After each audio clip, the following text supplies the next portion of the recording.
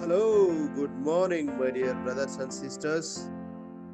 ఈ ఉదయకాల సమయంలో పరిశుద్ధ గ్రంథం నుండి మొదటి సమూయేలు 14వ అధ్యాయము 20వ వచనమును చదువుకొని దేవునిని మహిమపరుస్తూ ఈ దినమును మనము ప్రారంభించుకుందాం.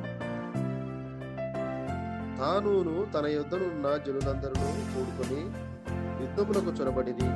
వారు రాగా ఫిలిష్తీయులు కలవరపడి ఒకరినొకరు హతము చేసుకొచ్చి ఉండేది.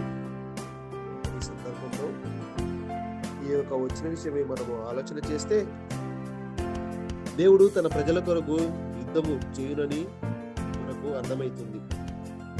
ఇశ్రాయేలీయులు భయపడినప్పుడు కూడా దేవుడు ఫిలిష్తీయుల మధ్యలో గందరగోళము కలుగజేసి వారిని కలవరపరిచి వారితోనే వారికి మధ్యనే చిచ్చు పెట్టి వారు ఒకరికొకరు కొట్టుకునేలాగా చేస్తాడు. మన జీవితంలో కొన్నిసార్లు మనం చిన్నబడి బలహీనంగా అనిపించినా దేవుడు మన కొరకు పోరాడుతాడు. ఈ యొక్క పోరాటంలో మన శక్తి ఏమీ లేదు, కానీ దేవుని శక్తి గెలుస్తుంది. దేవుని పైన విశ్వాసం ఉంచితే ఆయన మన కొరకు అద్భుతంగా పనిచేస్తాడు. దేవుని జోక్యం లేకుండా, ఆయన ప్రమేయం లేకుండా మనము ఏ శత్రువు మీద మనం గెలవలేము, పోరాడలేము అన్న విషయము స్పష్టమవుతుంది. దేవుడు కొన్నిసార్లు మన శత్రువుల మధ్యనే గందరగోళం తెచ్చి మనకు రక్షణ ఇస్తాడు. మనము విశ్వాసంతో దేవుని వైపు వెళ్తే ఆయన మనకు ముందుగా వెళ్ళి యుద్ధం చేస్తాడు. మన పని విశ్వాసంగా ఉండటం, దేవుని పని విజయాన్ని ఇవ్వటం.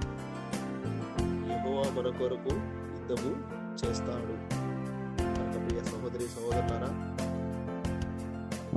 మనము మన శత్రువులు కానీ, లేకపోతే మనల్ని ద్వేషించేవారు కానీ, మనల్ని పాడవేయాలి, మనల్ని కృంగదీయాలి, మనల్ని నష్టపరచాలి అని ఎవరైనా ఆలోచిస్తుంటే వారి కొరకు మనము ప్రార్థించాలి. మనము దేవుని ఎదుట విశ్వాసంతో ఉంటే ఇలాంటి సందర్భాల్లో నుంచి మన శత్రువులకే చుచ్చుపెట్టి వారే ఓడిపోయేలాగా, వారే తలదించుకునేలాగా, వాళ్ళే నష్టపోయేలాగా దేవుడు చేస్తాడు. కనుక మనము విశ్వాసంతో ఉందాం. దేవుడు ఇచ్చే విజయాన్ని మనము పొందుకుందాం. God bless you all. Amen.